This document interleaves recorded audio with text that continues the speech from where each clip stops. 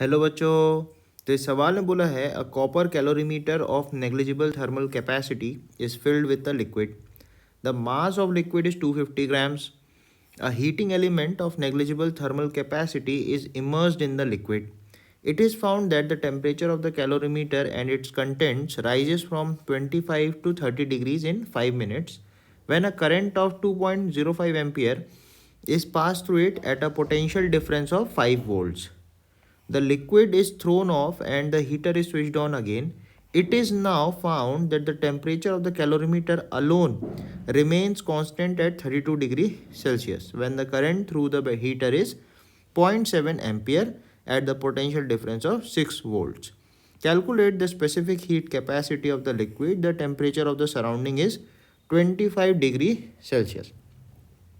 तो सबसे पहले अपने पास एक ऐसा हीटिंग कुछ एलिमेंट जैसा इसके अंदर दिया है, एक कंटेनर है, उसके अंदर कुछ एक हीटिंग एलिमेंट ऐसा दे दिया। ठीक है, अब इसके अंदर कुछ एक लिक्विड भरा है।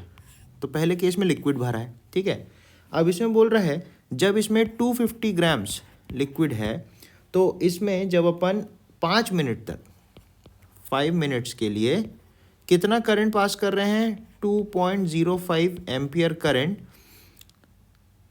5 वोल्ट के पोटेंशियल डिफरेंस पे अगर हम गुजार रहे हैं 5 मिनट्स के लिए, तो इसका टेम्परेचर जो है वो 25 से 30 डिग्री सेल्सियस पहुंच जाता है। ठीक है, अब बोल रहा है अगले केस में क्या किया, इसमें से पानी सारा निकाल दिया और सिर्फ कैलोरीमीटर को हीट किया।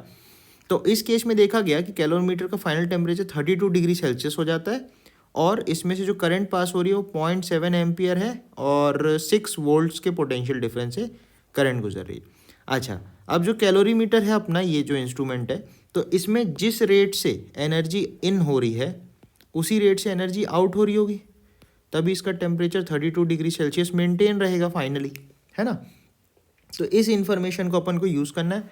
अच्छा, गिवन है कि बाहर का जो टेम्परेचर है वो 25 डिग्री सेल्सियस है, सराउंडिंग का टेम्परेचर। ठीक है, तो अपन एक चीज़ देखते हैं कि किस रेट से एनर्जी इन हो रही है, तो उसी को क्यू आउट के बराबर अपन करेंगे। तो उसके लिए अपन को ये डेटा का यूज़ करना पड़ेगा। ठीक है, तो अपन को पता है कितना अमाउंट ऑफ एनर्जी इन आ रहा है per unit time, that is given by I²R। ये अपन ने इलेक्ट्रिसिटी में पढ़ा था, करंट इलेक्ट्रिसिटी में, है ना। तो 0.7, अच्छा I²R लिख सकते हैं या फिर VI भी लिख सकते हैं, V/I। तो अपन को VI दिया तो अपन ये यूज़ करेंगे। तो 0.7 × 6 तो आएगा 4.2 जूल्स पर सेकेंड। इतना वॉट के हिसाब से अपन बोल सकते हैं। तो कितना एनर्जी इन आ रहा है, 4.2 जूल पर सेकेंड, और इसी रेट से एनर्जी जो है वो बाहर भी जा रही होगी। अब अपन जो रेट ऑफ हीट लॉस हो रहा है, रेट ऑफ हीट लॉस जो हो रहा है, उसके लिए अपन यहाँ पे actually Newton's law of cooling का यूज़ करेंगे, जो हमें ये बोलता है कि रेट ऑफ हीट लॉस जो होता है वो डायरेक्टली प्रोपोर्शनल होता है temperature difference of body and surrounding के। ठीक है, तो के कांस्टेंट लग जाता है, ऐसा अपन लिख सकते हैं। तो जो भी अपना रेट ऑफ हीट लॉस हो रहा है, इसको अपन ने यही ऊपर Q/T लिखा, that is given by 4.2 equals to कुछ एक कांस्टेंट, बॉडी का टेम्परेचर 32 है और बाहर का टेम्परेचर 25 है। ठीक है, तो यहाँ से K मिल जाएगा 4.2 डिवाइडेड बाय 7, तो यह आ जाएगा 0.6। तो ये K की वैल्यू अपने पास आ गई। ठीक है, अब इस K का इस्तेमाल एक्चुअली फर्स्ट वाले केस में भी करना पड़ेगा, बिकॉज इस केस में भी इस दौरान, इस 5 मिनट के दौरान कुछ एनर्जी का लॉस भी हो रहा होगा। यहाँ से हीटिंग एलिमेंट से करंट गुजर के इसको गर्म भी कर रहा होगा और Q कुछ लॉस हो रहा होगा। ठीक है, और कुछ इसका टेम्परेचर बढ़ रहा होगा। तो ये सारा हिसाब अपन ऐसे लिख सकते हैं, देखो, जो भी हीट आ रही है माइनस जो भी हीट का लॉस हो रहा है, इनमें से जो नेट हीट आएगी वही तो उसका टेम्परेचर बढ़ाएगी। तो MS∆T ऐसे अपन लिखने वाले हैं। ठीक है, तो Q इन माइनस Q लॉस बराबर MS∆T, इस तरीके से अपन लिखेंगे। तो Q इन आ रही है VI के हिसाब से, ठीक है, per unit time, minus loss हो रही है K∆T एवरेज के हिसाब से, क्योंकि यहाँ पे एवरेज टेम्परेचर लेना पड़ेगा। और MS∆T के लिए अपन 250 ग्राम जो लिक्विड है उसके अंदर M इंटू उसका स्पेसिफिक हीट कैपेसिटी अपन को पता लगाना है, और टेम्परेचर डिफरेंस है 25 से 30 डिग्री गया, तो 30 - 25 दैट विल बी 5 डिग्री का चेंज आएगा। ठीक है, तो VI हो रहा है, अच्छा ये 5 मिनट के लिए हुआ, राइट।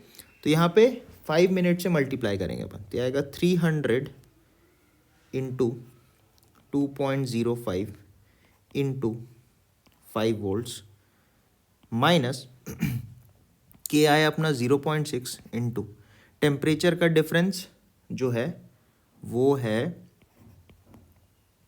टी एवरेज अपन लेंगे, ओके। मतलब क्या हो रहा है, 25 डिग्री से लेके 30 डिग्री पे वो जा रहा है, ठीक है। तो यहाँ पे एवरेज हो गया 27.5 डिग्री सेल्सियस, ठीक है, किसका, जो लिक्विड गर्म हो रहा है, और सराउंडिंग 25 डिग्री पे है। तो बॉडी का और सराउंडिंग के बीच का टेम्परेचर डिफरेंस 2.5 आ जाएगा, ठीक है। अच्छा, इनटू ये भी 300 सेकेंड्स के लिए हुआ है, this must be equal to 250/1000 into s into 5, ऐसा हो जाएगा, ठीक है। तो इसको थोड़ा कैलकुलेट करते हैं एक बार, क्या आता है। क्या आ जाएगा, 300 इंटू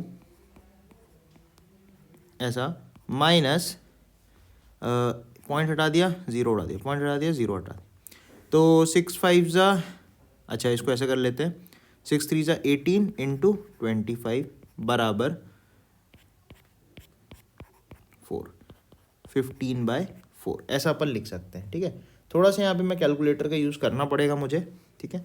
तो 300 इंटू 10.25 अपन करेंगे, तो ये आएगा 3075 minus 18 into 25, this will come out to be 450, अच्छा यहाँ पे ऐसा आएगा, इक्वल्स टू 15 अच्छा ये 15 नहीं है, सॉरी गलती कर दी पूरी, ये है s इंटू 5, तो 5s/4, 5s/4 ऐसा हो जाएगा, ठीक है।